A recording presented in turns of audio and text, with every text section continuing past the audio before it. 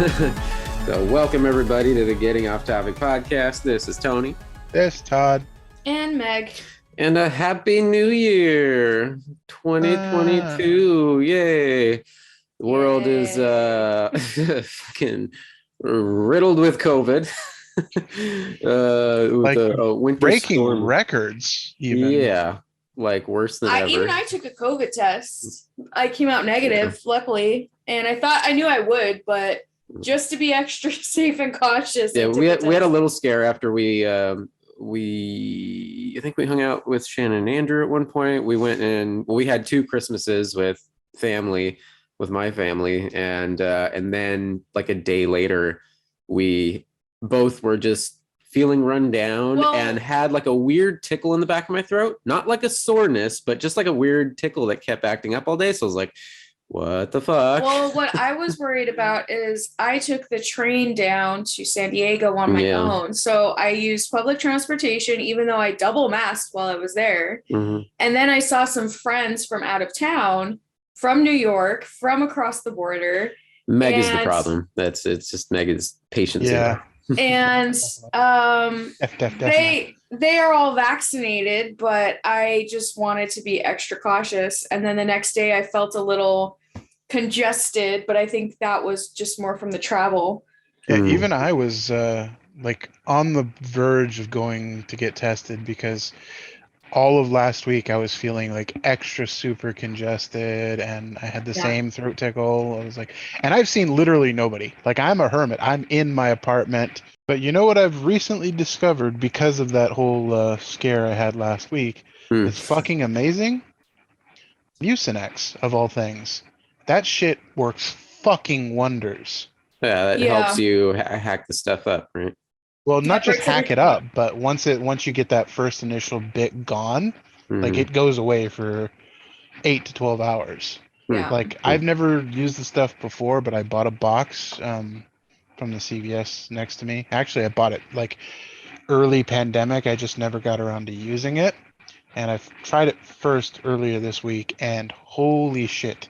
As somebody that's getting older, that shit's amazing. That's all I'll say. Getting Off Topic is sponsored by Mucinex DM.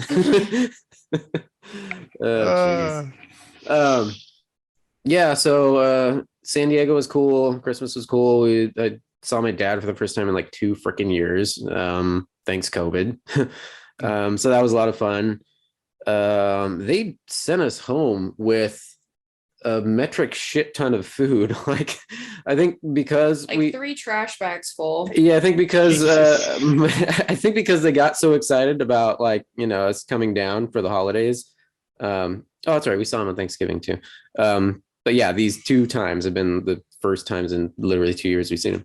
But I think they got so excited, and my dad's such like a Costco nut that he just bought like cases of fucking food and snacks and beer and all kinds of stuff. But he, you know, him in his older years and my stepmom, they're eating healthier and cleaner anyway. They're mostly eating veggies and stuff. And so he was just like, that was like his splurge for the holidays. And then they just took all that shit and packed it with us to go. Like, here, you take all this crap. And I mean, tasty snacks and holiday candies and shit. I'm not, you know, not gonna shun it away. It's been fun, but also I'm like, man, you just like threw all the unhealthy shit at us for us to deal with. And then we were going to New Year's Eve. We had plans to go to Shannon and Andrew's. We were going to do our our book club, our monthly book club there, and then just hang for, you know, the countdown and everything. And so I was planning to share the wealth and just bring a bunch of this shit over there. Here, free booze and whatever. But then their kids got sick. They got no COVID. Thankfully, they checked, and actually New Year's Eve we were on Zoom chat with them, and they got the results and said they're in the clear. But yeah, little Sully and Viv had just a nasty cold, and so out of a abundance of caution, we all kind of said like, yeah, let's just keep it over Zoom this time, and that's that. So on New Year's Eve was hanging out with them on Zoom chat for a bit, doing our book club thing. And then Meg and I watched MacGruber. Well, you watched MacGruber because I got bored of it and started playing my game. Yeah, that's one that passed me up. I never actually saw it back in the day. That was all the way back in 2010. But I know the basic premise is making fun of MacGyver and shit. But since we subscribe to Peacock now, we've been watching the monsters on there. I've been seeing advertisements for it, MacGruber, and I kept seeing it coming up in the menus, and I'm like, oh wow, they're really promoting this. I guess they just got the rights to the movie or something. And then I found out, no, it's actually a follow-up series that they're doing. So Peacock original series, it's like 10 years later picking up on the movie. So that got me curious. I'm like, okay, well, never saw it. It looks like dumb fun, like a Zoolander or something. And it has moments, and that's about it. Couple moments, and that's about it. Yeah. That was worth exactly one watch. And even Meg was like, that's debatable. So I don't think we'll be following up with the show. Like, fans of it are diehard fans, but they're few and far between. Yeah. I mean, I like Will Forte, but that's, yeah. You remember our old coworker, Nelson? Yeah. That was like one of his favorite movies. Oh, wow. Yeah. That was one of the SNL sketches turned movies that could have just stayed an SNL sketch. Like, because after 5-10 minutes, the joke's over. Pretty much.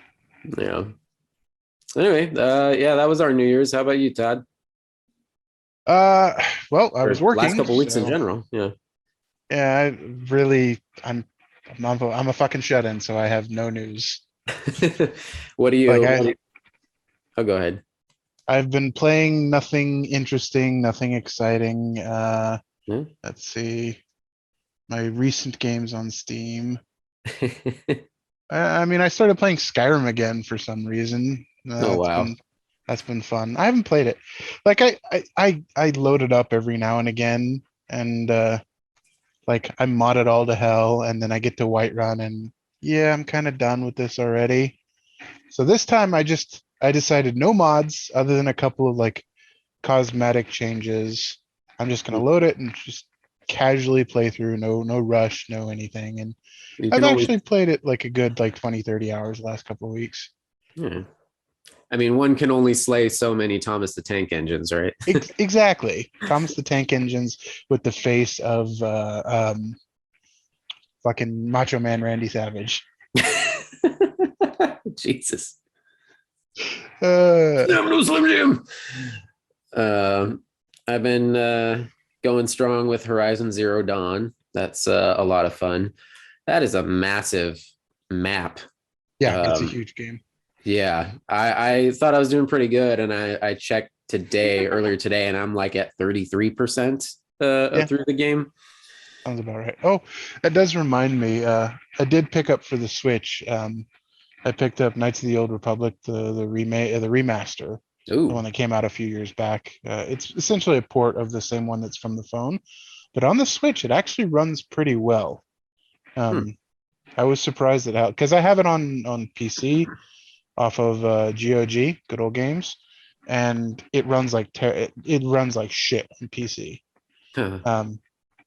But on the Switch, it runs perfectly fine, and the graphics actually don't look like complete ass because it's on a tiny 6 or 8 inch screen, whatever that screen size is. Yeah, that's probably better for a mobile type situation. Yeah. All right. Speaking of the PC gaming stores in general, Byron alerted to me on Facebook yesterday. The entire Tomb Raider trilogy, the Tomb Raider reboot, the current trilogy is... I posted that on Facebook. Yeah, it's free up for grabs thanks to the Epic Game Store. Store. They post free games constantly. They're still trying to catch up to Steam in terms of popularity. They're still way behind Steam in popularity. Yeah. But they post a lot of free games, and this holiday season they've been posting a game a day or a game a weekend. Yeah. So they're giving away a lot of stuff lately. But usually their giveaways are only 24 to 48 hours. So if you didn't pick it up, you probably missed out on it. Yeah. Well, the Tomb Raider trilogy, they actually announced it's up for grabs up until the 6th. So nice. Another 5 days from now. Yeah. We're recording. I don't know if we mentioned at the beginning of the show, we are recording on New Year's Day, Saturday, as opposed to our usual Sunday, because I'm off today. So why the hell not? But mostly we've been just watching a shitload of stuff.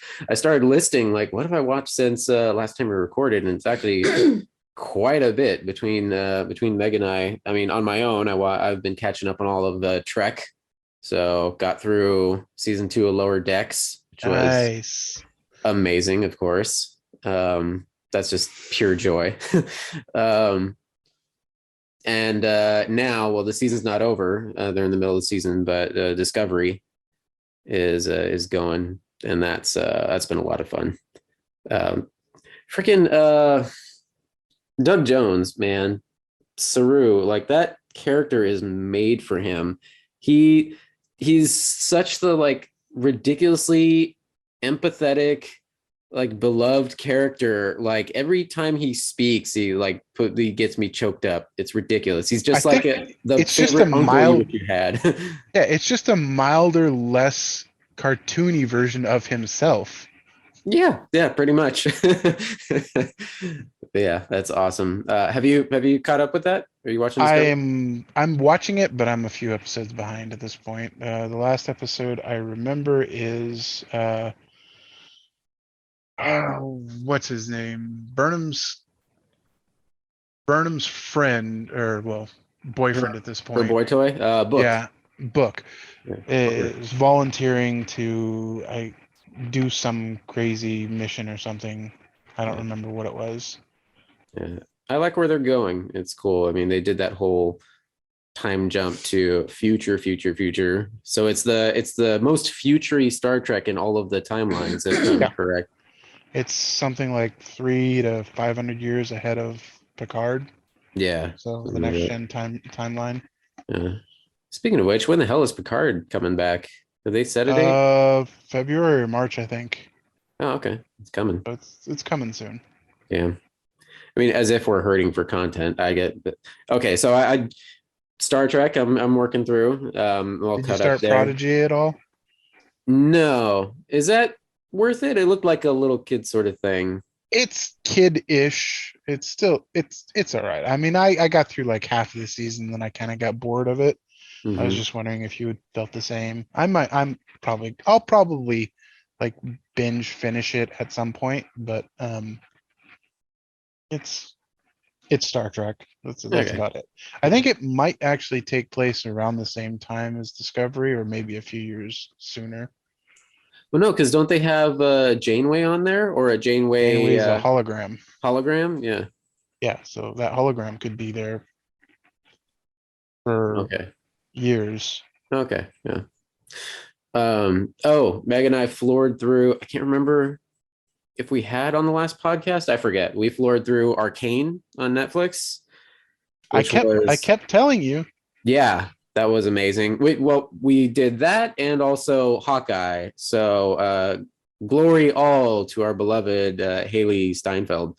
Yeah, who is she's amazing. Vi on Arcane, Kate Bishop on Hawkeye, and also I found out, I didn't know she's Gwen Stacy, Spider-Gwen in Into the Spider-Verse, and the up and coming sequel to that as well. I forget what they called it. It's like Across the Spider-Verse? Across the Spider-Verse, yeah, something like that. Part 1. Yeah, something like that. Right, you're right, part 1, because it's gonna be 2-part. We did that. Just this past week, we started on The Witcher season 2. I'm talking about Witcher season 2. I don't know if you had anything to add about your boyfriend. What are you talking about? He's my husband. Oh, your husband. Okay. I don't have a boyfriend. I got a husband named Girl. Okay. That is fun. We're like 4 episodes in, I think, maybe something like that. 3 or 4. Yeah, it's been fun. You're just picking up on that now too, right? Season 2. No, I'm a couple episodes ahead of you. I think I'm on a 5 or 6. Okay. Yeah, I like it. So much more enjoyable now that they're telling a coherent story in proper sequence. Did you catch Yaskir's joke in there? Huh. in one of the first scenes with Yaskier, I think he's still in the bar singing. He mentions the. Oh, I don't think we've seen him yet in season. Oh, okay. If you haven't seen him yet, then I won't spoil it. Jessica, the bard, right? Yeah, the bard. Yeah, we haven't heard from him yet. Okay, so you're still on episode like 2 or 3 even. Yeah, I think it must have been the third one where Siri finally starts training a little bit. Like she goes through that little Ninja Warrior obstacle course. Gotcha. Yeah, that was cool. That was cool. She was like trying to prove herself and everything. I saw there was snippets of interviews from Freya Allen, and she was just talking about how insane Henry Cavill is, like how she admired his dedication and everything. Of course, he kept trying to do what he could, even though he had that terrible injury. But also just the fact of what a giant nerd he is for this. Like he lives and breathes The Witcher. She had a quote from an interview recently where it was something about, she said he's like a Witcher Bible on the set. Like she said we were in the middle of a scene and he stops and goes like, hey, we should use this line from like page 255 of Blood of Elves. She's just like, Jesus Christ. He's the oh fuck, now I'm forgetting the actor that played Sauron in Lord of the Rings, or Saruman, not Sauron. Oh, Christopher Lee. Christopher Lee, yeah. Yeah, he's Christopher Lee on the set of Lord of the Rings. Oh, he was a massive Lord of the Rings fan? Oh yeah, he was. Oh, do you not know the story behind him? I do not. No. He was a good friend of Tolkien, and he was apparently Tolkien had given him his blessing to play Gandalf should there ever be a movie made of Lord of the Rings. This is when Tolkien was still alive, of course. Oh, wow. Yeah, like he was a very good friend of Tolkien. He had met him multiple times, was a pen pal correspondent to him. Yeah. In addition to him being fucking James Bond. Yeah. Wait, Christopher Lee? Yeah. Christopher Lee was not James Bond. No, in real life, he was James Bond. Oh, right. Yeah. For the stories about him. Yeah. Yeah. He was a Bond villain in one of them, I believe, if I remember right. I think so, yeah. He was, shit, which one was he in? I think it was one of Roger Moore's, I want to say. I'm pretty sure it's a Roger Moore one. Anyway, it's been a while. So Christopher Lee was in The Man with the Golden Gun. Man with the Golden Gun, right. Wait a minute. Was that Connery or Roger Moore? It has been a while since I'm ashamed. My Bond knowledge is slipping.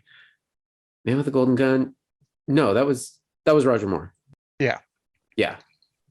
Okay. Whew. Damn, slipping in my old age.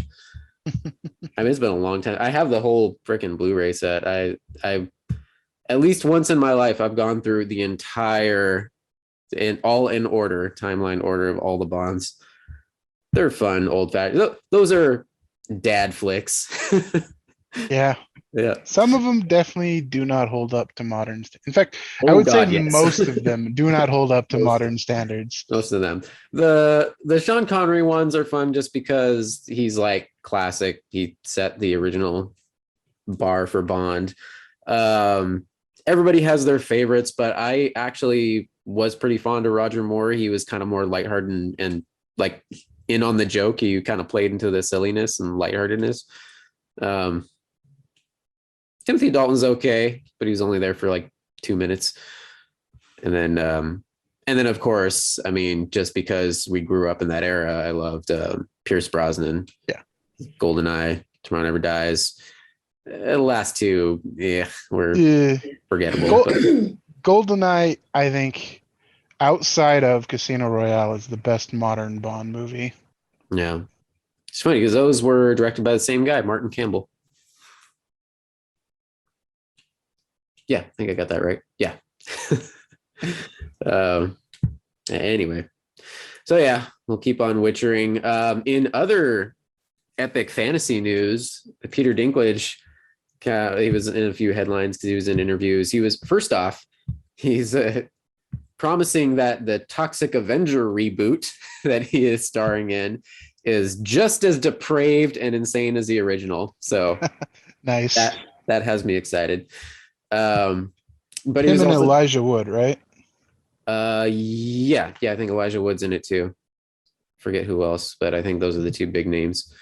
But yeah, he was commenting on people still talking about, ranting about the Game of Thrones ending, and he actually defended it. There was a funny quote where he said, because basically he's saying the critics wanted, he believes that a lot of the critics were upset because they didn't give all their characters like a happy fairy tale ending, like most fantasy I think things. the quote was the pretty white people didn't get a happy ending. Yeah, they wanted the pretty white people to ride off into the sunset together. Yeah. But the whole story was about subverting those old tropes and whatnot. So, yeah, I get it. I was okay with it. I still felt that it was the I mean, I think ultimately this is where George R.R. was going anyway, but they could have definitely had a better path to get there. yeah, the turn of fucking Daenerys like switching into like super evil Sith Lord mode just seemed a bit much. Like, and when you go back and analyze the whole show, like you can see like she like skirted on the lines of dangerous thinking for quite some time. I kind of get that, but maybe because it was, because a lot of time passed before we got those final chunks of episodes, it felt kind of like Anakin Skywalker, like turning on a dime, sort of.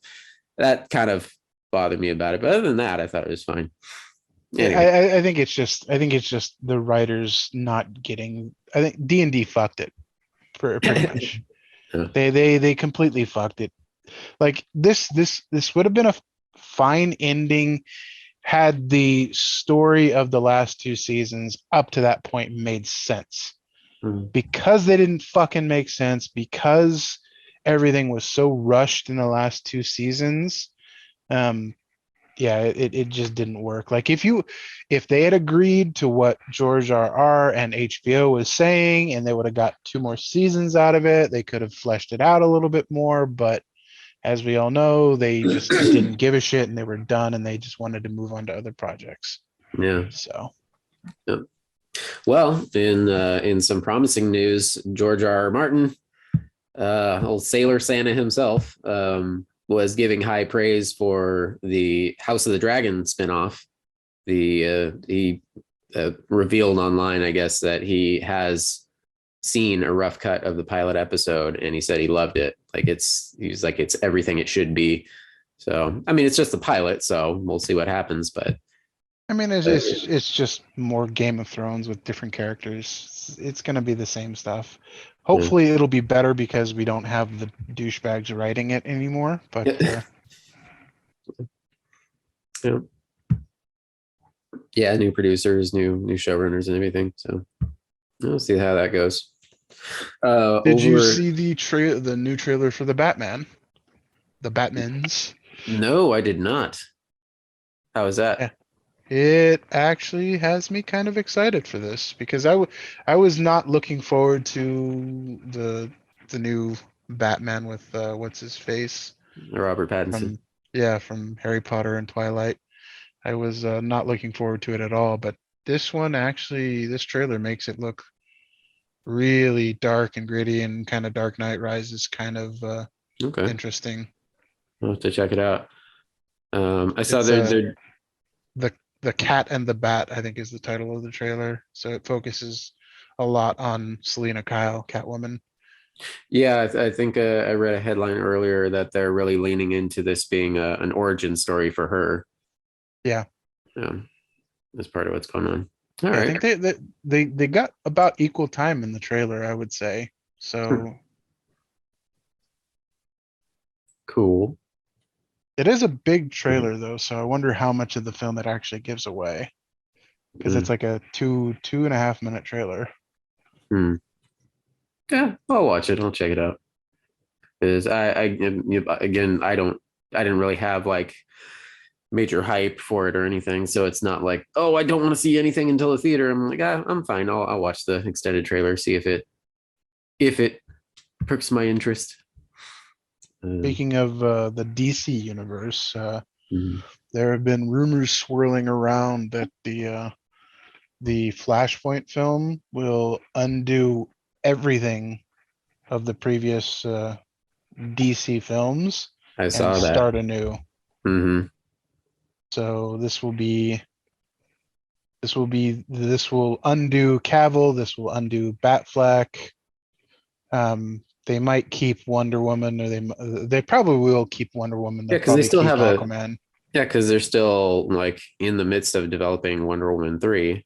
Yeah, but there's going to be a new Justice League. There's going to be a new like.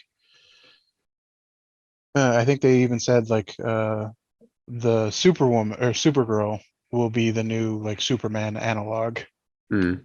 because the Supergirl movie is in development and the Batwoman movie in development with um, Michael Keaton signed on to play Batman. So I believe that's Batgirl. yeah. Oh, That's Batgirl, not yeah, Batwoman. HBO Max series. And yeah, he's signed on to continue portraying elder Bruce Wayne. So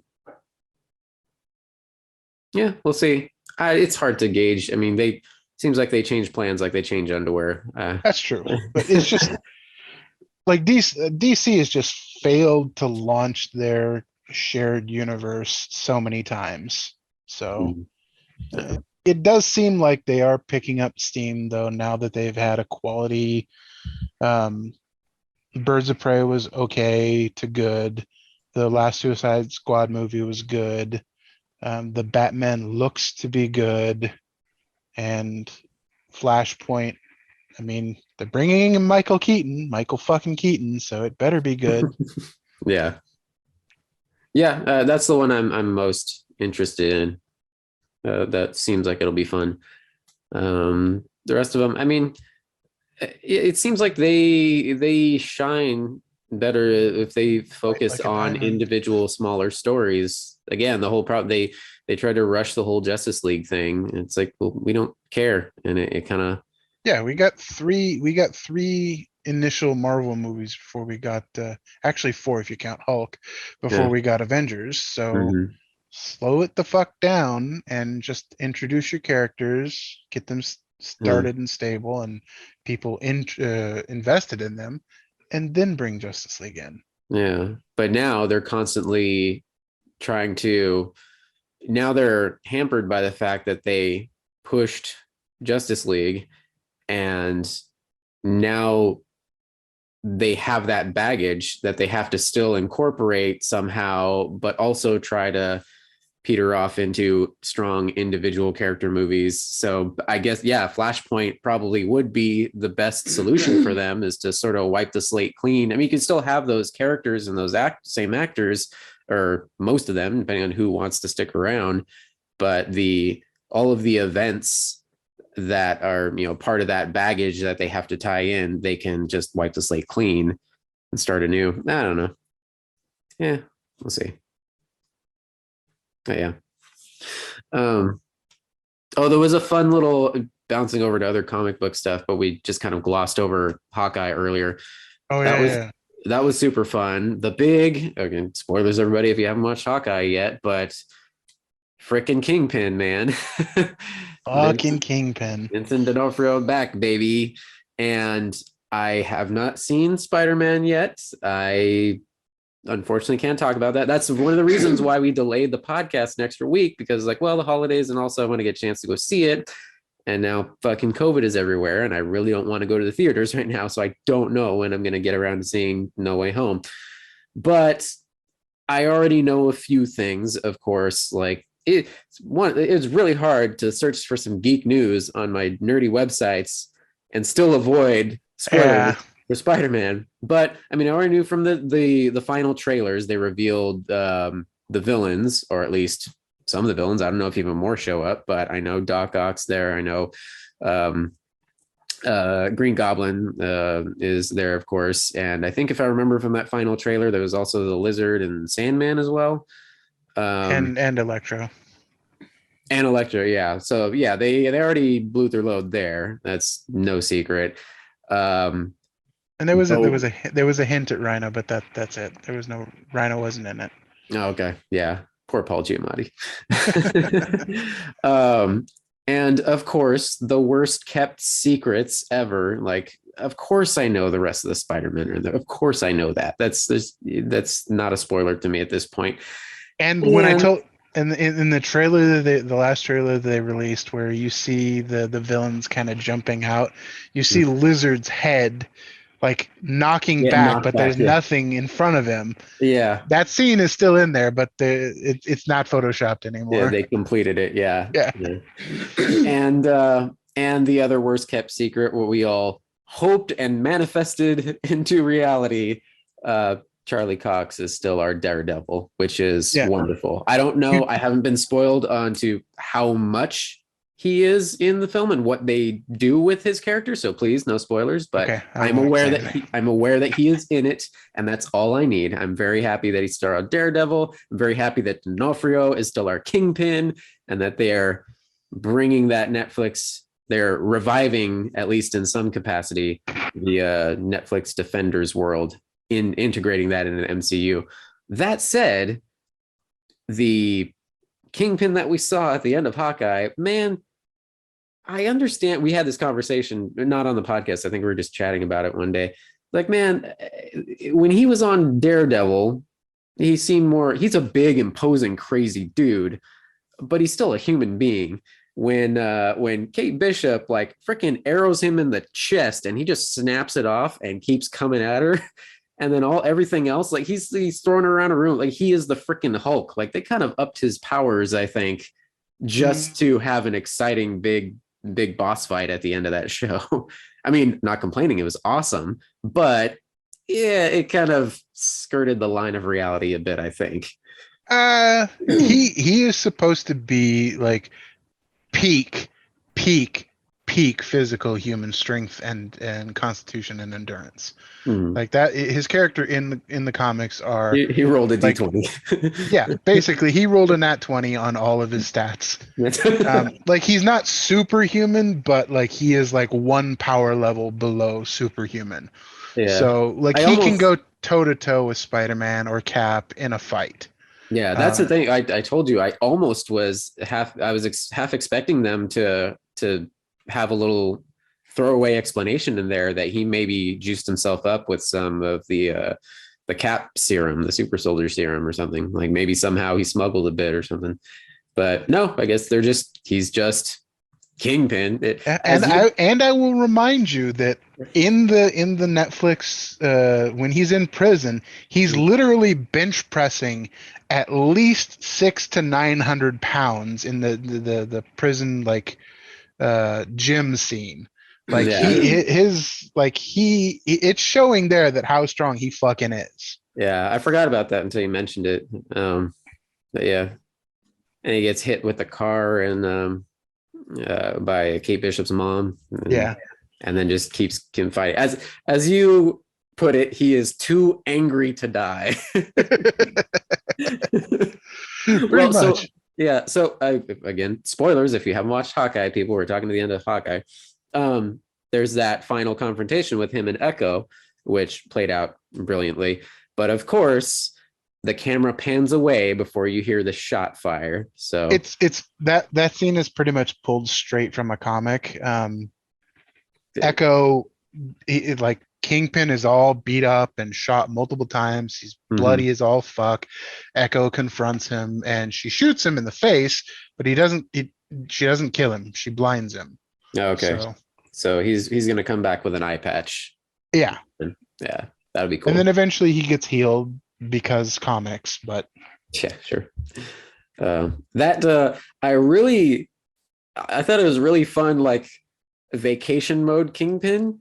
He had the red Hawaiian shirt, yeah, and his typical white suit jacket. But I actually saw a headline that was actually Vincent D'Onofrio's contribution. He recommended that he really wanted to wear that outfit because he's a massive fan of a comic run.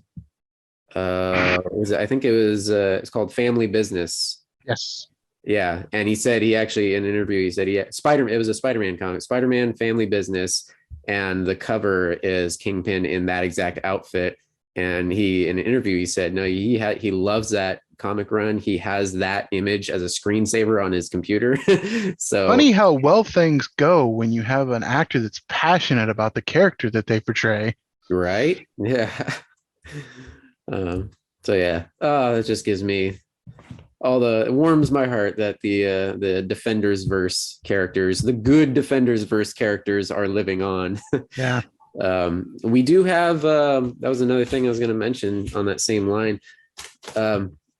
Well, on HBO Max right now, first off, the Harry Potter 20th anniversary special is on there as of today, and the Matrix Resurrections you can also watch on HBO Max. I have not watched it yet.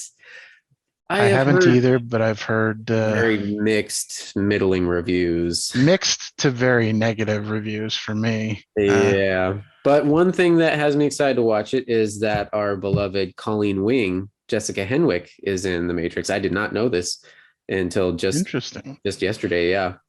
And in an interview that she was giving to, I think it was comicbookresources.com, she revealed she actually turned down she got an offer to play Xialing in Shang-Chi's sister. Oh, wow. They were going to straight up give it to her.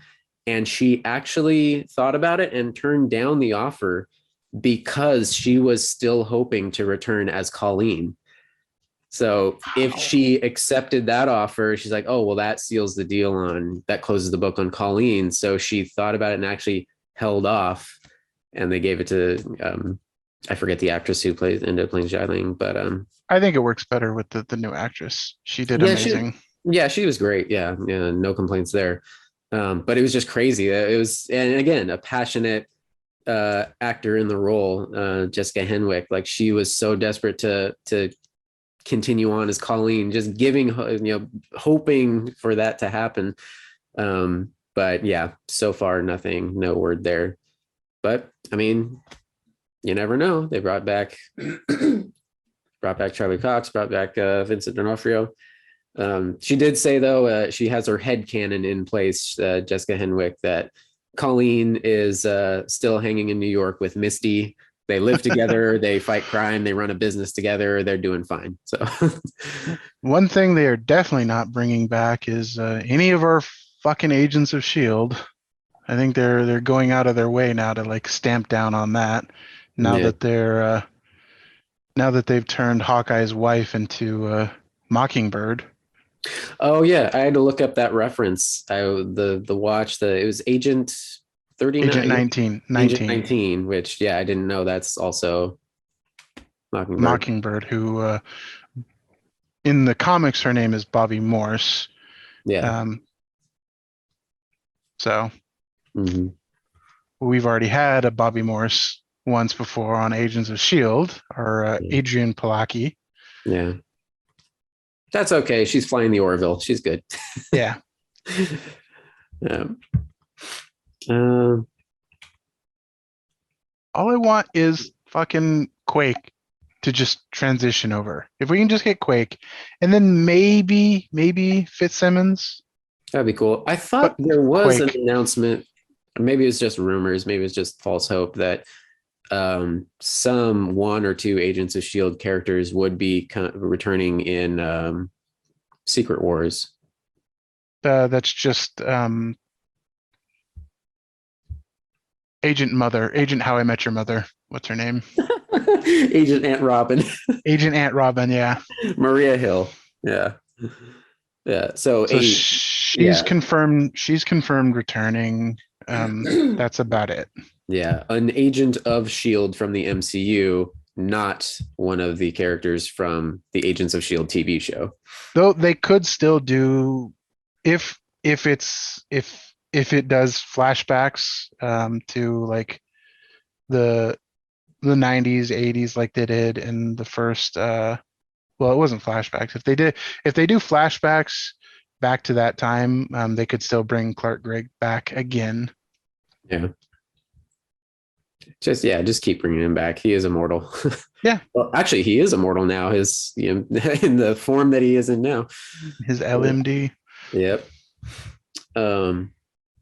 Well, a few things that I can say about No Way Home. Just very careful to avoid any spoilery things, but Spider-Man No Way Home is now Sony's biggest movie of all time, box office wise, and yeah, it's smashing records left and right. I think right now, as of this morning, it was at 1.2 billion globally, which surpasses a previous record holder, Far From Home. And then third place, I think, is Skyfall, a previous James Bond movie. Yeah, that's freaking crazy. And for, COVID time, I mean, things have opened up again, but still, that's crazy. It's worth it. It deserves to be near the top. Yeah, it's good. Everything I've heard, people giving non-spoiler reviews, they just said best Spider-Man movie ever, period. Yeah, I would say best Spider-Man movie. Yeah. I don't necessarily put it at my top 3 Marvel movies, but it's up there. But it's definitely the best Spider-Man movie. Nice. I did see some funny praise for Willem Dafoe as Norman Osborn. Zendaya actually said in an interview that he was so good at switching into character on the No Way Home set that he was basically scaring the hell out of everybody, including her. Like they would be just sitting there chatting. I have the quote here. She said, she scared the hell out of everyone, to be honest. The coolest thing is that everyone's so lovely, and then they just play these very evil characters. He's so good at just being lovely, hey, how are you? And then she did mimics the Green Goblin voice, like Jesus. But they apparently he agreed to return as the Green Goblin with one stipulation: as long as he was allowed to perform his own stunts and fight scenes. I guess he's that kind of guy who's just that dedicated. He wants to do it all himself if he can. So that's cool. It was good. He was amazing in it. That makes me happy. That's all I'll say. I think I'm equally excited for him and Alfred Molina, Doc Ock. Those two are definitely my favorite. They were both. Yeah, they were both amazing. And Sandman. I liked Sandman too. Okay, that What's was Thomas, fucking that guy. I can't remember. Thomas Hayden Church. Thomas Hayden Church thing. I knew his 3 names. I saw that third Spider-Man movie once, and that's all I felt I needed. So I barely remember anything from his performance. Yeah. All I remember from that movie is evil Tobey Maguire dancing. That's about it. Geez. Back over on the Marvel. Well, we are talking about the Marvel side. Have you been seeing these rumors about a Nomad Project? No. So do tell. Okay, so it maybe it's not too much to go on yet, but maybe it's just geek wishful thinking. But so little bits of information. Earlier last year, since we're in January 2022 now, earlier last year there were the reports that Chris Evans may return in the future for some sort of Captain America related project. It seemed like it was kind of rumors or hearsay or something. But then, all the new Captain America stuff with Sam Wilson picked up. And so everybody kind of forgot about those rumors and headlines. Then Scarlett Johansson had the fallout with Disney, the lawsuit. And then when that got resolved, she and Kevin Feige made it a point to say oh no, yeah, everything's sorted out. We still have a good working relationship. And Feige actually stated specifically that she was going to return for a very secret MCU project in the future. But they kind of hinted at her not performing as Black Widow again, possibly just producing or directing or something like that. People are putting these tidbits of information together, and the big one is that Marvel, or Disney or Marvel, they put in a trademark for Marvel Studios Nomad, which Nomad is the other moniker for Captain America when he's on the run from the government, if I understand right. So that whole post-Civil War era. Well, not necessarily on the run from the government. He gives up for a brief time. He gives up the Captain America name. Yeah, like he abandons it. So it's him. It's him not wanting to support the government, basically. Yeah. So yeah, the people are speculating if they're teaming up Chris Evans and Scarlett Johansson again for some sort of Nomad related project. Don't know if it'd be a movie or another short series or what have you, and it could be any timeline. It could be like after he comes back and just settles down with Peggy Carter, or it could be a mini adventure in between Infinity War and Civil War. Yeah. Oh, and one more bit that contributed to this. The ex-Shield agent, his name was Rick Mason. He was Natasha's buddy who was giving her all the equipment and stuff and planes in Black Widow. He was like her tech support, basically. That actor, O.T. Thagbanal, I'm totally screwing up that name. Apparently, he hinted recently about his character returning in some form or fashion in the MCU. So, I mean, that minor character, the only... I mean, he's got a connection to Yelena, so... Yeah, I guess, yeah, that's true. He could be helping out the former widows. Yeah. Yeah, that's a good point. Just give me more Yelena and Kate team up. That's all I need. That'll be good times. He'll probably show up in season 2 of Captain. Well, no, he'll show up in the Captain movie because it's not confirmed to season 2. Right. Yeah. Yeah. I think they know the next iteration of that is going to be a movie, like dubbed for the short term Captain America 4, but it's going to be, the Sam Wilson leading the charge. Have you been seeing these Ghost Rider rumors floating around?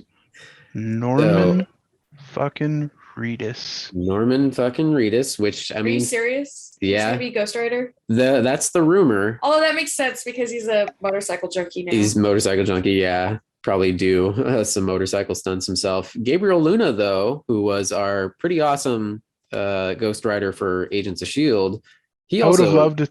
That would have happened, but that fell through. There was multiple starts of that, and then it kind of like petered off. And okay, I thought he had teased online recently that, I mean, he didn't say anything outright, but there was like a cryptic tweet from him or something about it was Ghost Rider.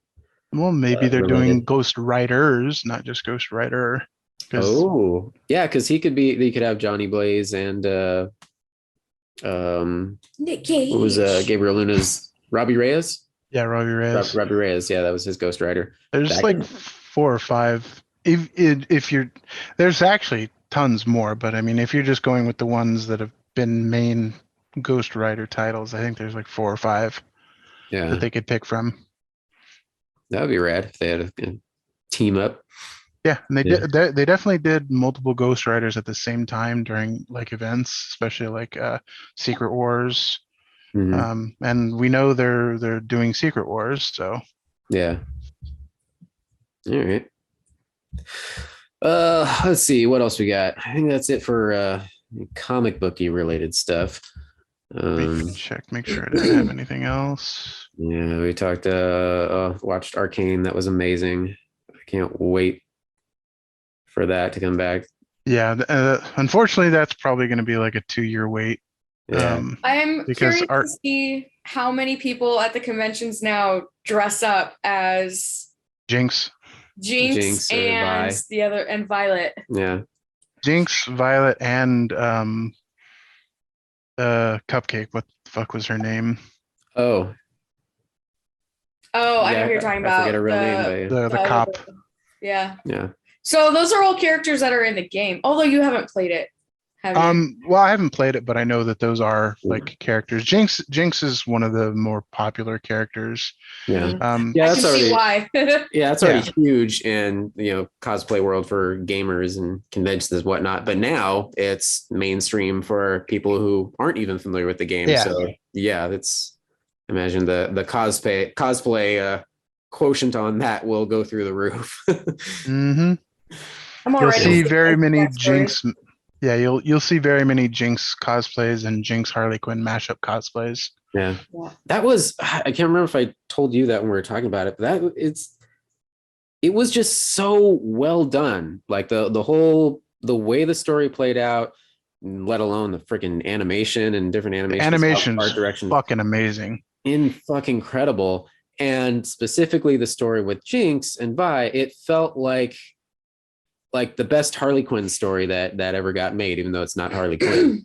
Kind of a Harley Quinn analog. They really did a great job of keeping you on your toes, dancing back and forth with, like, you feel for her, like this poor messed up girl, but she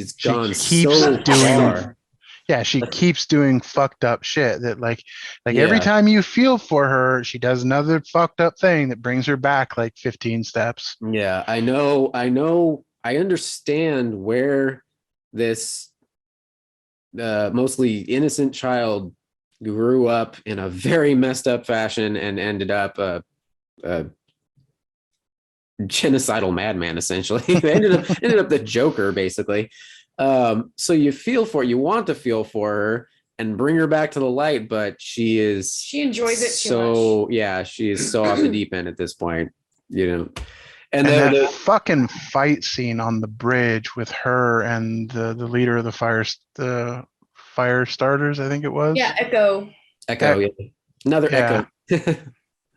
Holy shit, was that so amazing. Yeah. But just them like doing the flashbacks to them playing on the paintball course as kids. Yeah. Oh, damn, that's so good. I could watch that again, like right now.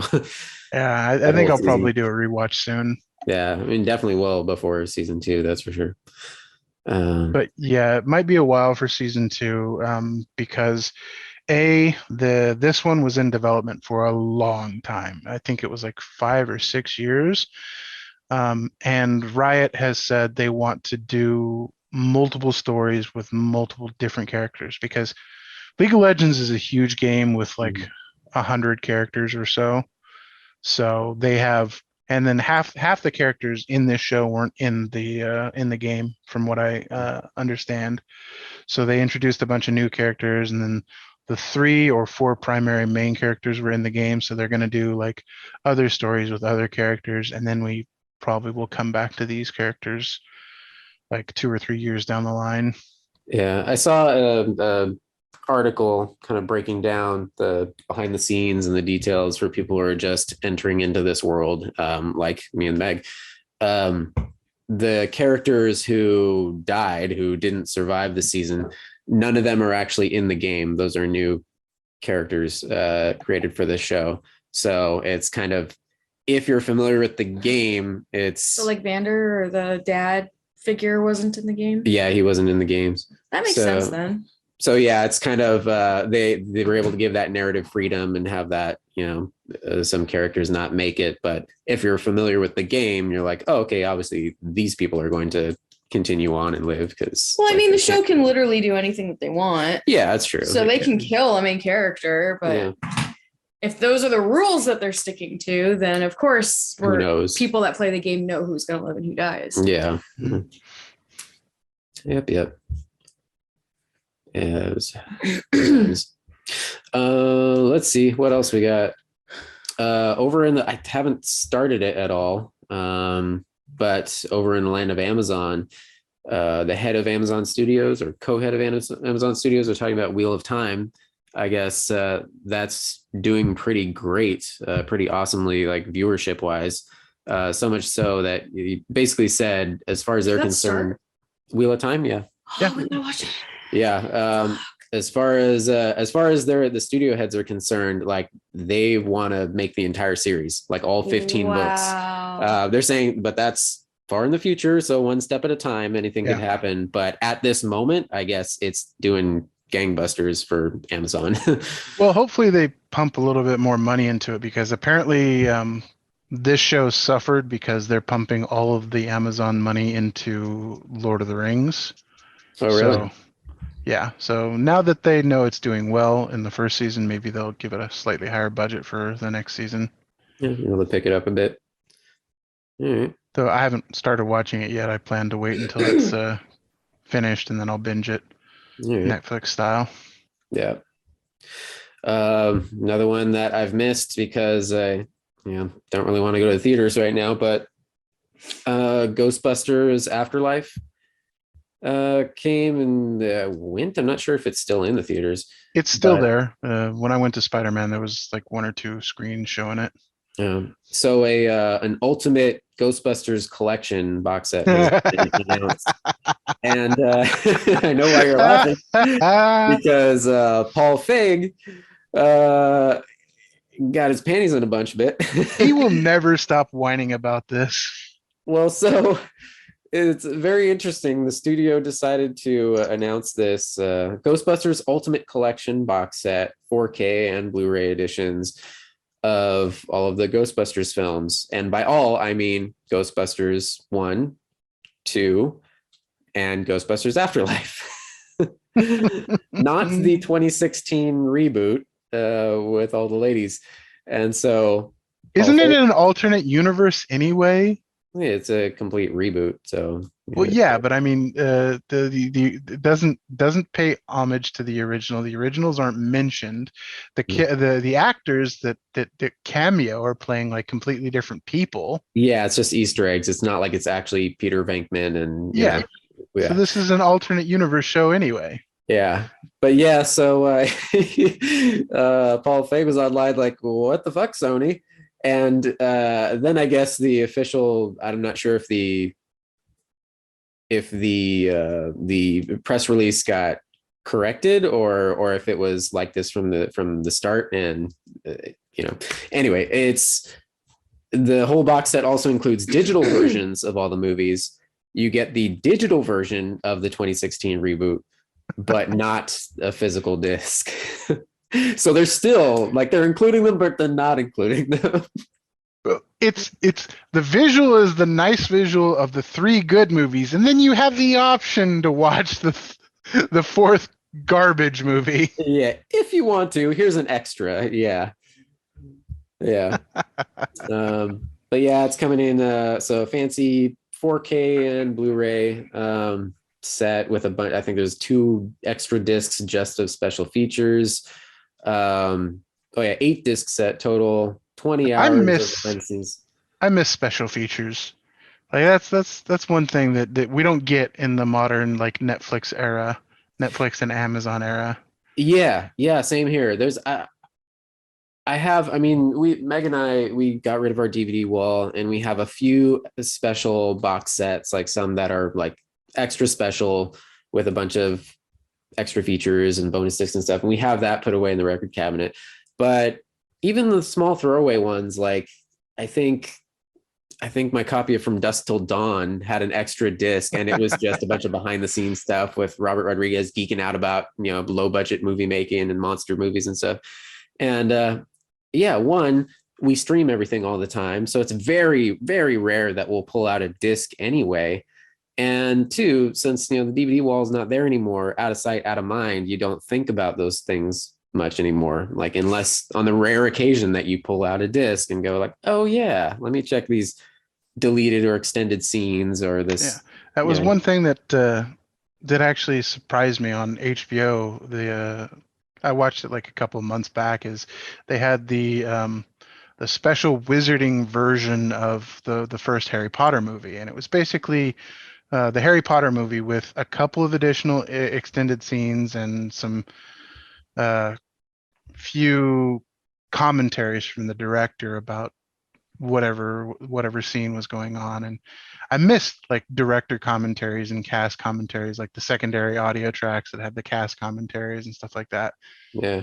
But I think on HBO Max they have some like bonus features and stuff depending on what you're watching.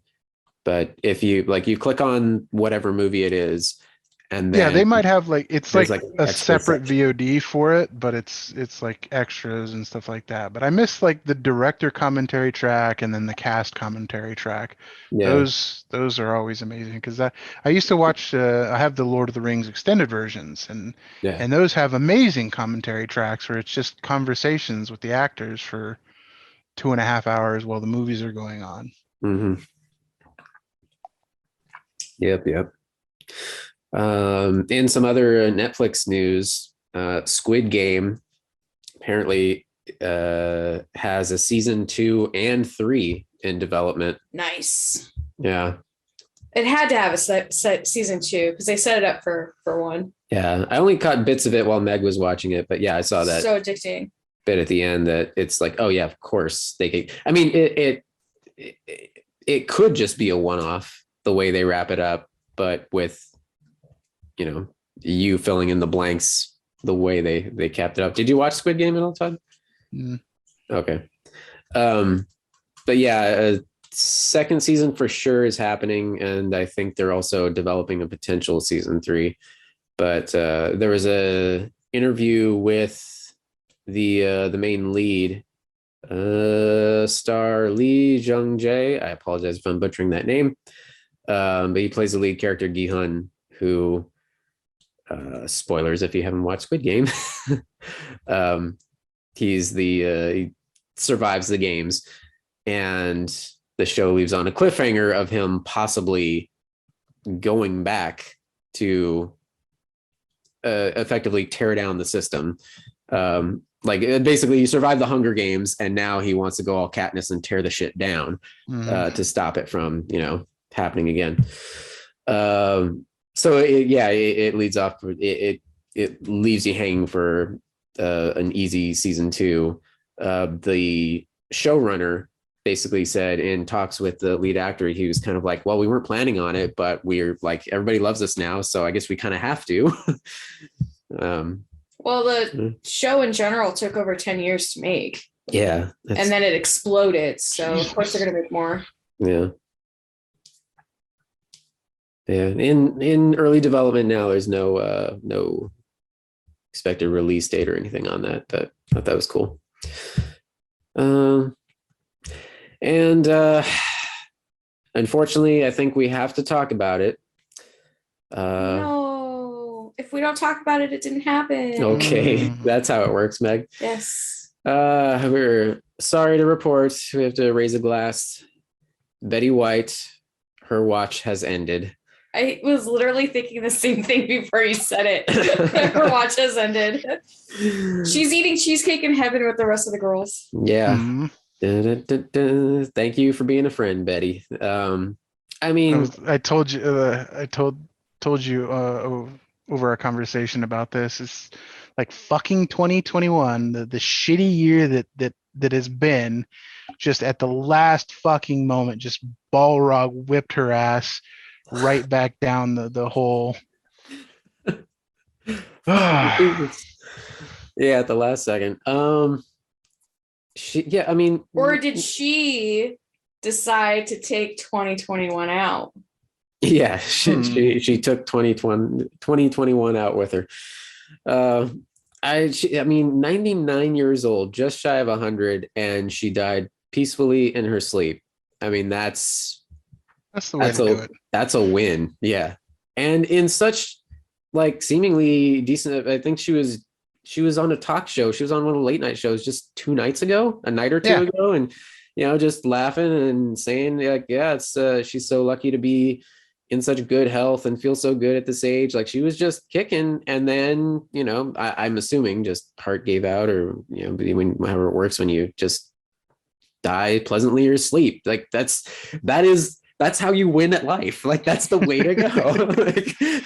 No, she absolutely fucking won at life. She had an amazing career for 60 plus years, 80 plus years, Yeah. and never a bad thing was ever said about her. Never had a rumor, a negative rumor, never had like an old racist rant pop up, never had anything like any remotely anything like that. And Go ahead. No, go ahead.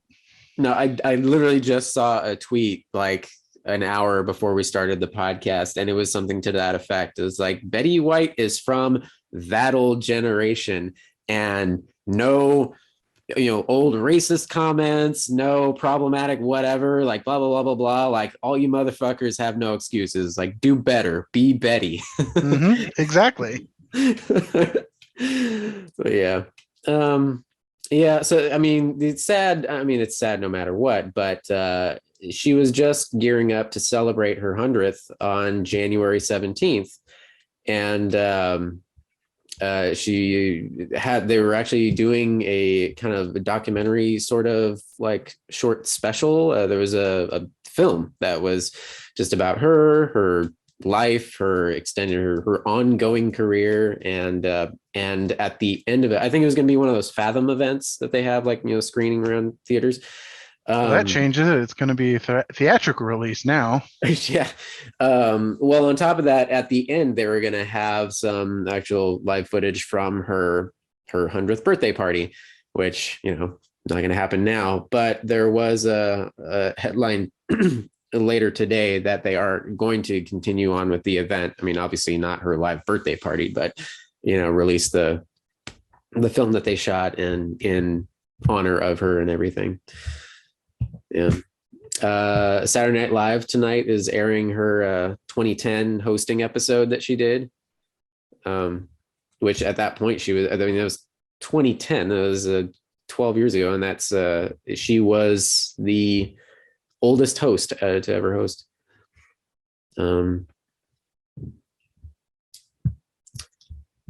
Yeah. Of course, everybody gave their tributes. Her boyfriend Ryan Reynolds, of course, had to.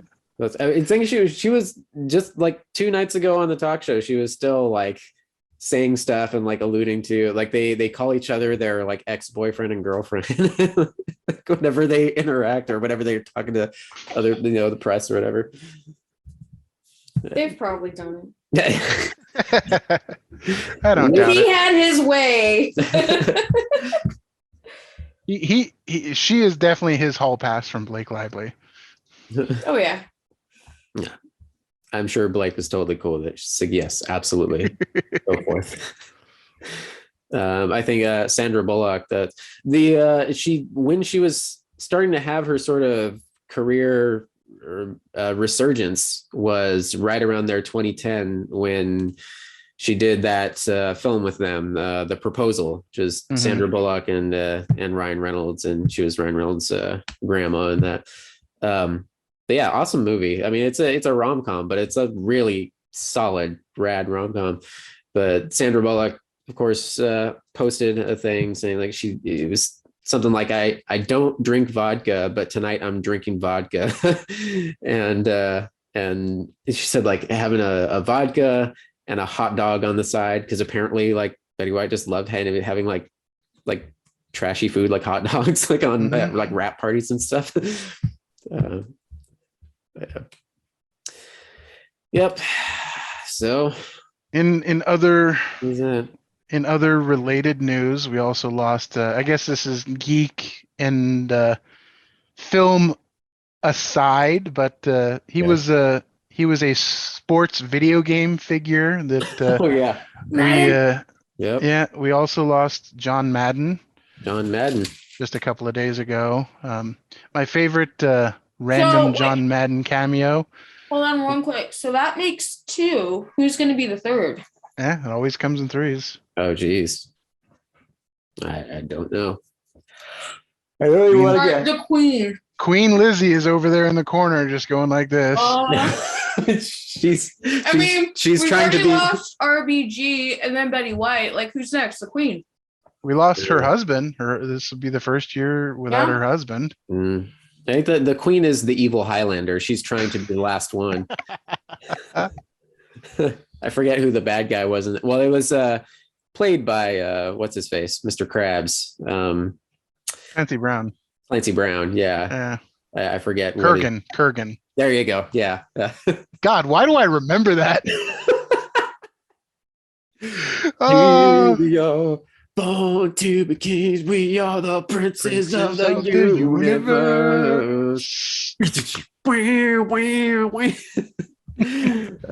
Best thing about that movie was the theme song and nothing else. I am a warrior. I have inside the blood of kings. Betty White is singing that in heaven right now. There's a karaoke session happening upstairs. Oh, jeez. Yeah. John Madden. I knew it. I mean, since I was God knows what age at my best friend Josh's house in second grade, maybe second, third, fourth grade. He had Madden.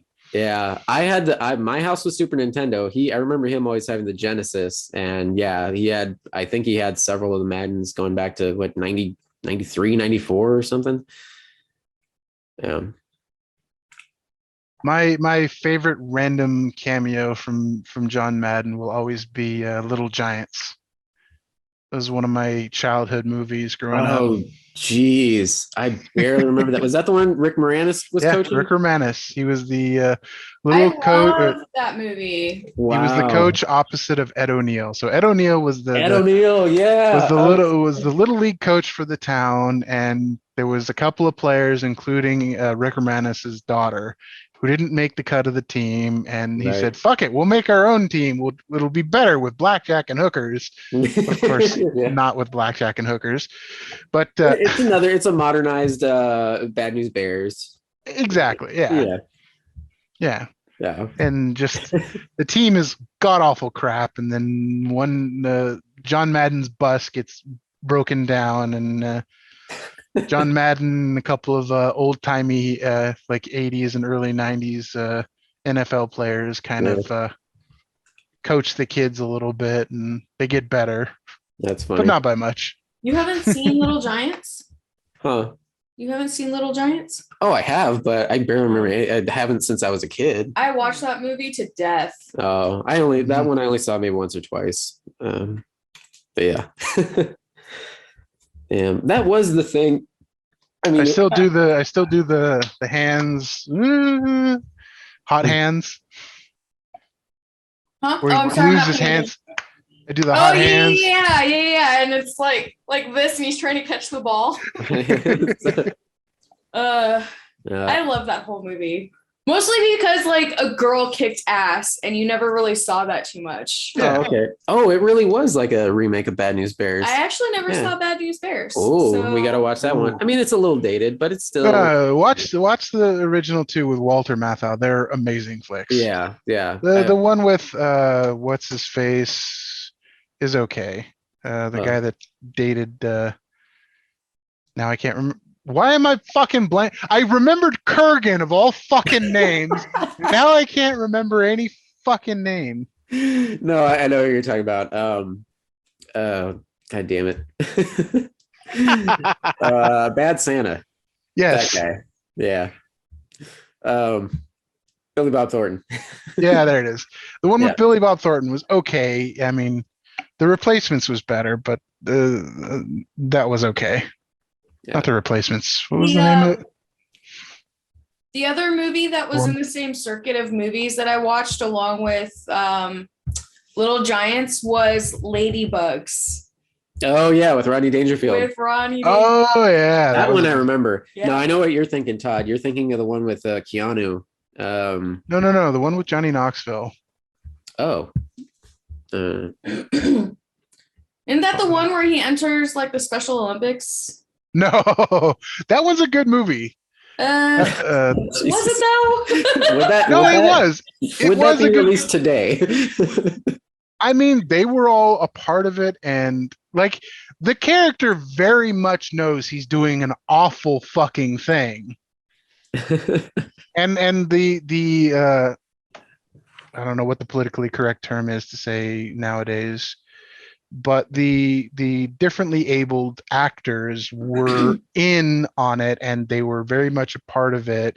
Oh, okay. And they supported it, and he actually did right by them, and they have like a foundation, and a lot of the actors got into other roles because of that. Like he actually used actors that had the disabilities versus hiring actors to pretend that they had disabilities. Yeah. Yes. Yeah.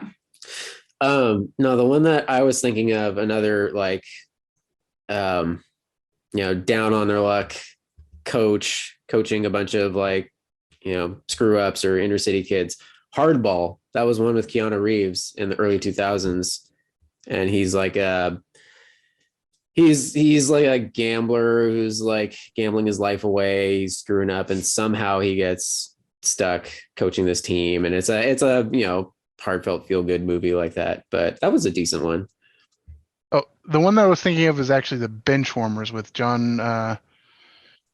John Heater, not Johnny Knoxville. Oh, I never saw that one. I saw that one when I was getting my very first tattoo. No, my second tattoo ever. All right. Yeah. Yeah. That was a thing especially in the 90s, or maybe I just remember it because, that's when we were growing up and watching all these, but it seemed like every family sports movie just had to pump in as many of the whoever the NFL stars or absolutely baseball stars, all the sports stars that they could grab just to do little cameos and say hi to the kids and whatever. Absolutely. Like that was the Little League, and then what was the other the fucking pitcher that busted up his arm and then God, fuck right there. Where it made this weird sound every time he like pulled his arm back. Was that Rookie of the Year? Yes. Yeah, Rookie of the Year. Yeah, that's it. I'll always remember the moment. I mean, it's just it's a moment in the movie, but I always remember because they put it in the trailer too, where he's at the doctor's office. He's like, now rotate your arm down, and then it does like the superhuman slap down, and it slaps him right across the nose, and the doctor breaks the guy's nose, and the kid's like, did he say funky butt loving? I just always remembered that it always sounded weird when he pulled his arm back. Yeah, it was like a weird. It was supposed to stretchy sound or something. Yeah, it was supposed to be like something crazy, something wacky happened with the tendons, and so he got this like magical Superman throwing arm. And then like at the very end when it matters because they're in like the championship games or something, like he falls on it and then it goes back to normal. Yeah. I was like, oh no. And then he has to do the fucking softball rainbow pitch. And all those like all these preteen movies. Yeah, they're all flooding back. Angels in the Outfield. Yeah, Angels in the Outfield. And then Tony and I watched a movie that was made to be for preteens, and it was fucking horrible. Which one? Today. Which one was it? The one we literally just watched today with Joe Bob. Ice cream? That was made for preteens? That's what he was saying. It was meant to be a teen movie. Oh, Jesus. And it flopped so horribly because nobody liked it.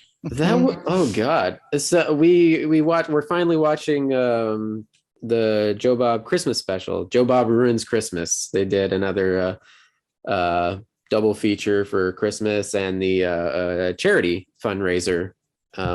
I think we talked about this last time because we were planning on watching it, but that's something we can talk about really quick. So we only watched the first half so far.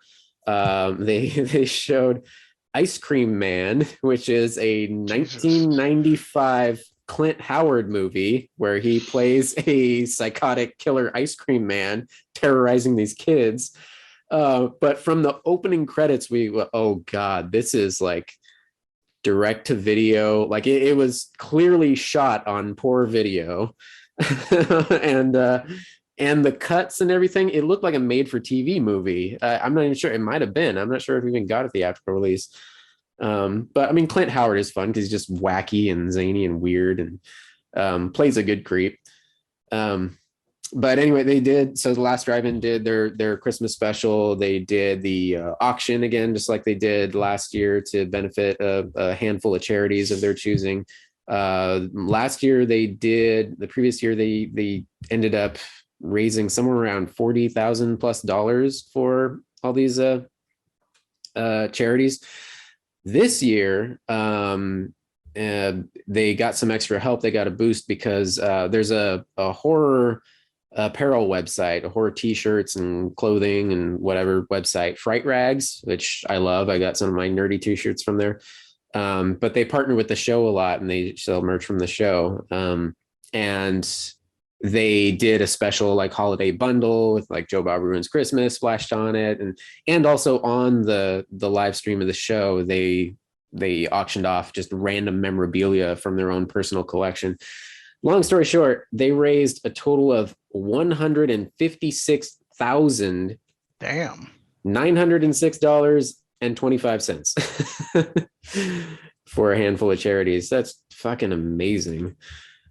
For this goofy little program where they show a bunch of ancient B movie horror films. I wouldn't even call some of them B. Yeah. They're like D and E and F. There's been some definite Z's in there. There's student film level movies in there. Some episodes are pretty rough to get through, but yeah, and there's some good ones, some good random classics in there that we never would have saw otherwise. They've had, I think, one of the previous Christmas specials, they actually showed Christmas movies. There's Black Christmas and Silent Night, Deadly Night. Oh, damn, Black Christmas. That's one I haven't seen fucking forever. That's a good one, yeah. Good classic. And then they played terrible ones like Jack Frost. Jack Frost is worth one watch. No. I beg to differ. I mean, I'm going to agree with Meg on this. Shannon Elizabeth boobs. Come on. That doesn't mean it's worth watching. You can see her tits in other more decent films. Okay. Yeah, just go watch American Pie. At least that's watchable. Yeah, well, that's when everybody discovered her. But a few years before American Pie, there was, I think Jack Frost was like 97 or 8 maybe or something. I don't know. Speaking of Christmas movies, the only one we really watched this year was we rewatched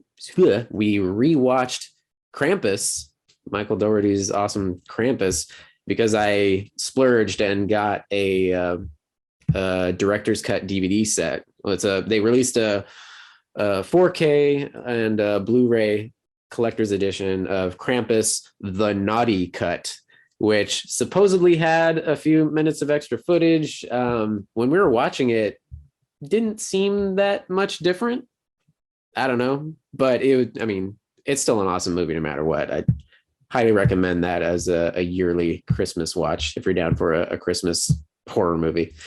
But I was excited today to see a headline that, I guess this was announced on Christmas actually, but NECA, the makers of all the super awesome high quality figurines for collectors, they just acquired the license for Krampus figures. So in time for next holiday season, you're probably going to see a pretty sweet Krampus and maybe some of his minions. They haven't said what yet, but there's a lot of cool monsters in that movie. There's the demonic Jack-in-the-Box creature and the evil elves and stuff, the evil gingerbread men. So that could be a fun one. I'm not a Christmas movie person, so I don't. Well, that's why I love Krampus. It's because it's like the anti-Christmas movie. Oh yeah, dude, you gotta watch it. Yeah, have you not seen it? Mm-mm.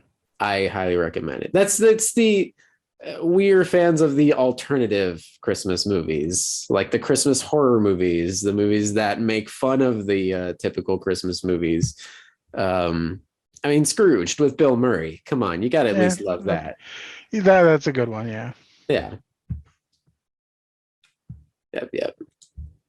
Plus, what's his face is in Krampus, I think. Todd would like. The crazy uncle, gun-toting uncle. Yeah. I forget his name. Shit, I can never remember the actor's name.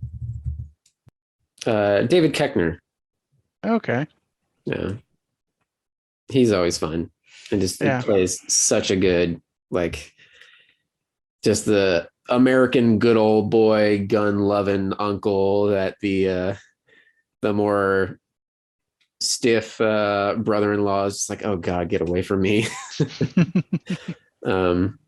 Toni Collette, freaking awesome. She's like a new, she's an older scream queen. Like she had that haunting performance in Hereditary, which, yeah, man, I know you're not as big on the horror movie stuff as me and Meg, but man, if you want something that freaking creeps you the hell out and maybe keeps you up at night, Hereditary is fucking nuts.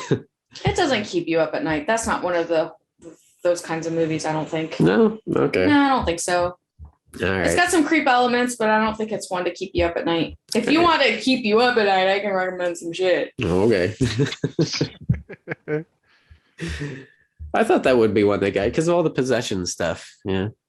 That was like Possession Light. Wasn't that possession-y? Okay, all right. Last little section I have here. I thought I'd do a little bit of some moments of awesomeness, people doing awesome shit, wholesome shit, or other assorted badassery. First off, in the spirit of Christmas, I saw a headline: Schwarzenegger did some good. Oh, this was really cool. Yeah. Yeah. On Christmas Day that came out, he purchased outright and donated tiny homes to homeless veterans in Los Angeles, the greater Los Angeles area. 25 total, I believe it was.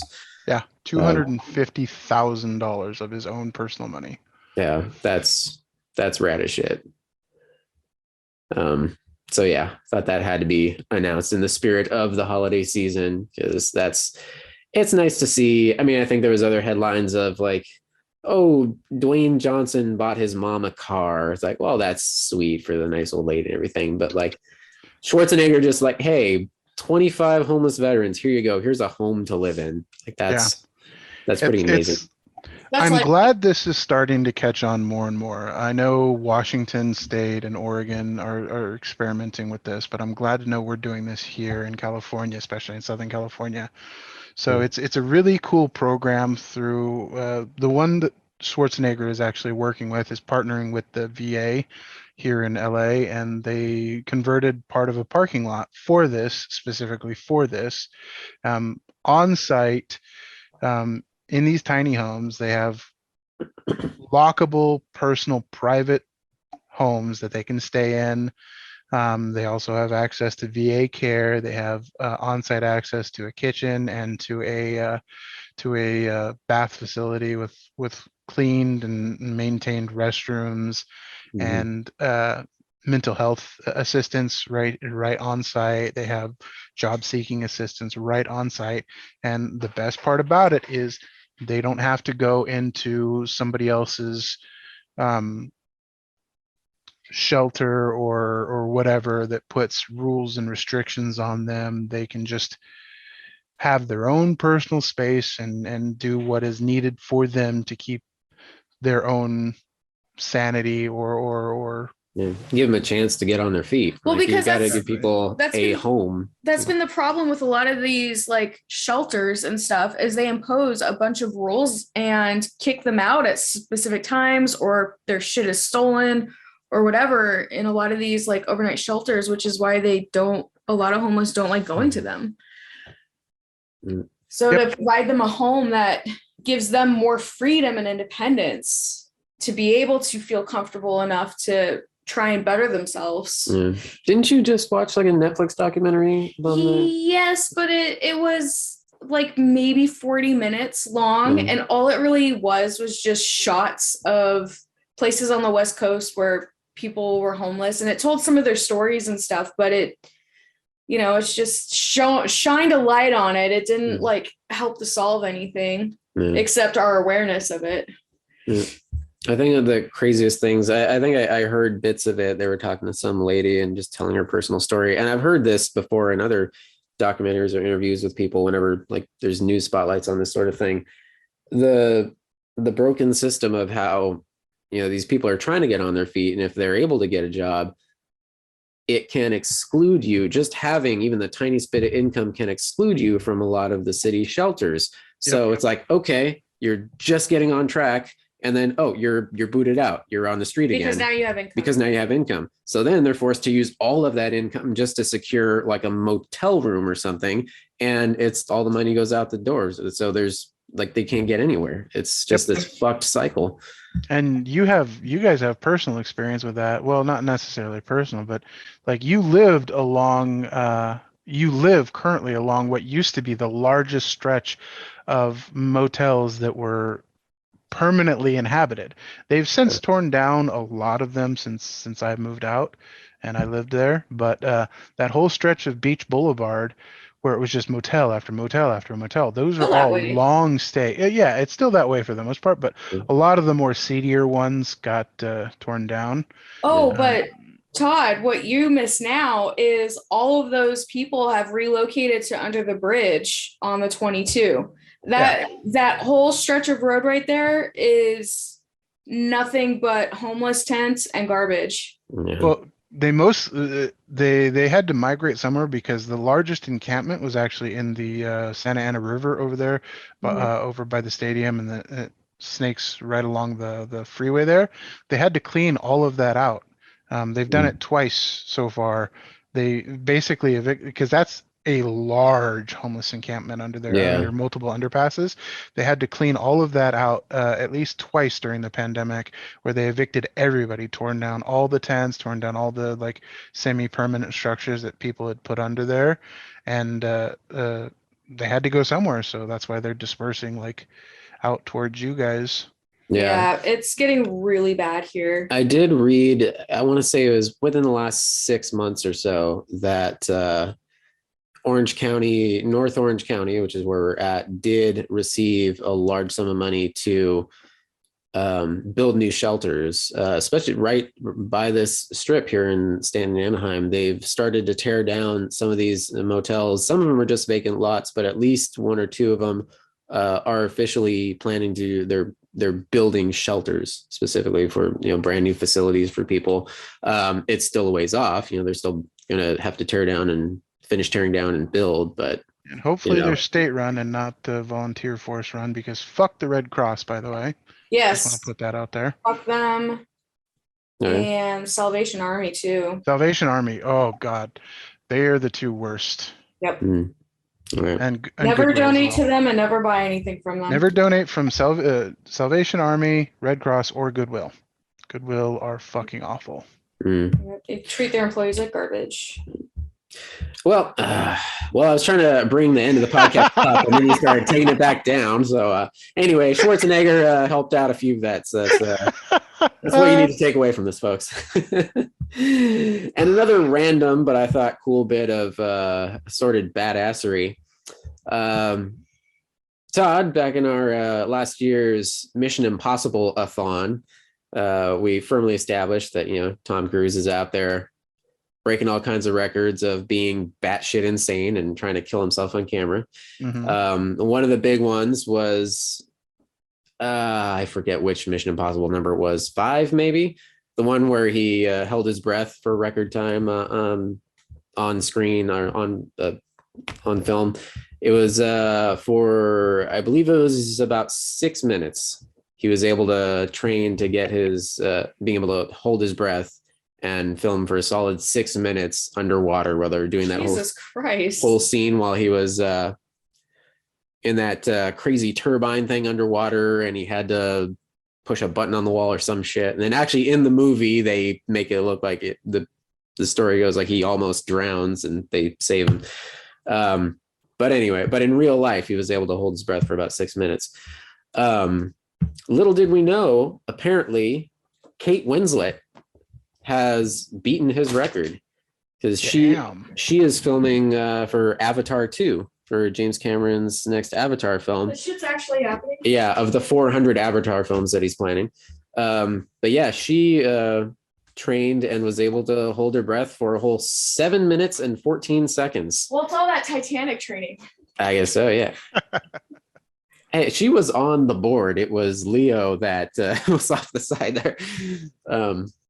But no, yeah, she was interviewed recently, and somebody asked her straight out, like, "Oh my God, how was it? What was it like to hold your breath for that long?" And they said the exact number of time, and she was taken aback. She's like, "Wait, how do you know that? Like, how do you know the time and everything?" Because she's mentioned like vaguely in interviews before, oh yeah, she had to go through all this rigorous training, but she never actually said the number. She's because I guess she's classier than Tom Cruise. She doesn't brag about it. And she's also not on any social media. She said, "I'm like in the dark about this stuff, but you guys are talking about me," because she's not connected in any way like that. She just, goes about her life like a sane person. But this interviewer asked her straight up recently, like, what was it like to hold your breath for that long? And she was like, "Oh shit." Like yeah, she was shocked that they were even aware of it. But apparently the official Twitter account for the Avatar film, or soon to be film series, bragged for her on Twitter this past October. So, but yeah, so I'm sure Tom Cruise is in a huff and will have to drown himself on film in the next in Mission Impossible 7, 8. I'm sure, like, we will see his literal death on screen because he will kill himself, and it'll be in his contract that you absolutely must use that footage. Yeah.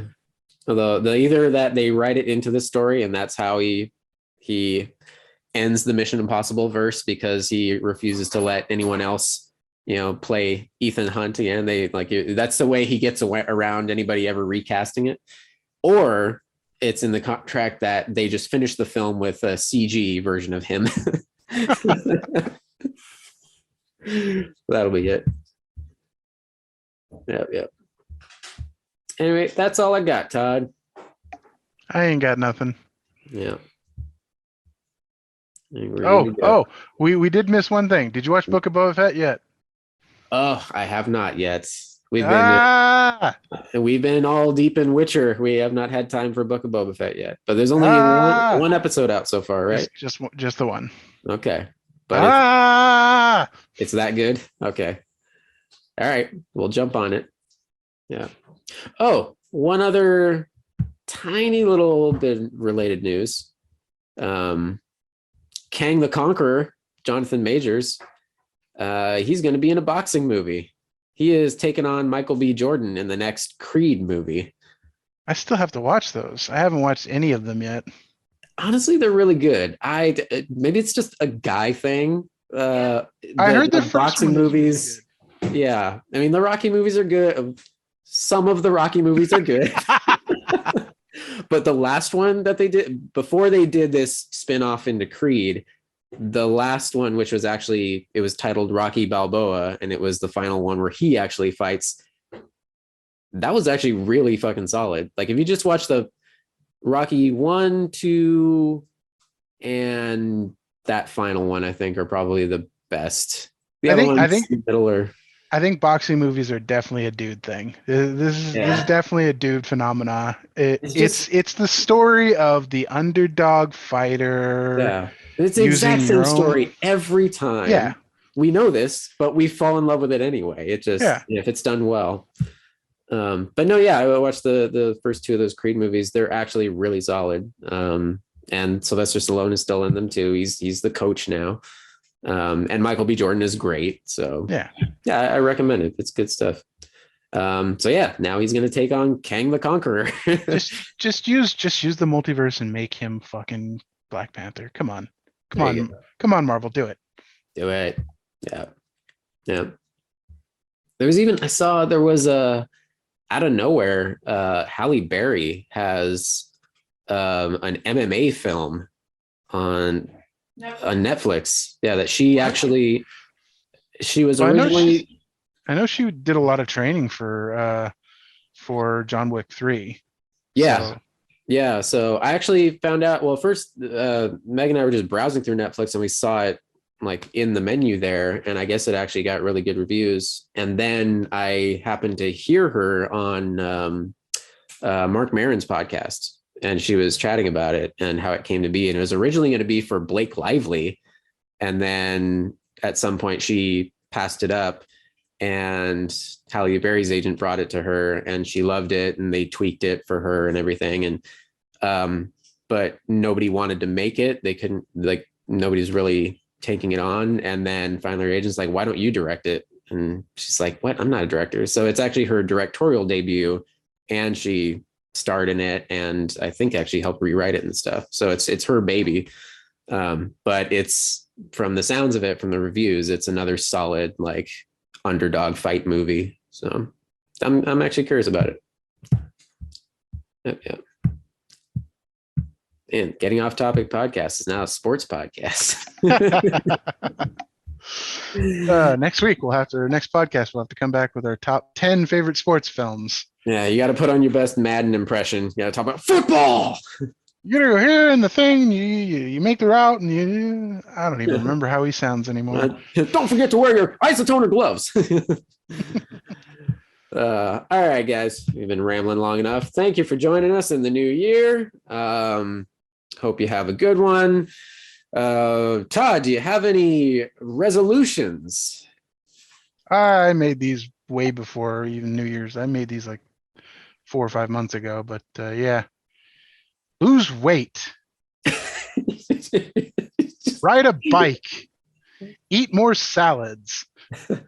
Salads are sadness. No, they're not anymore. I've discovered something that makes them less sad.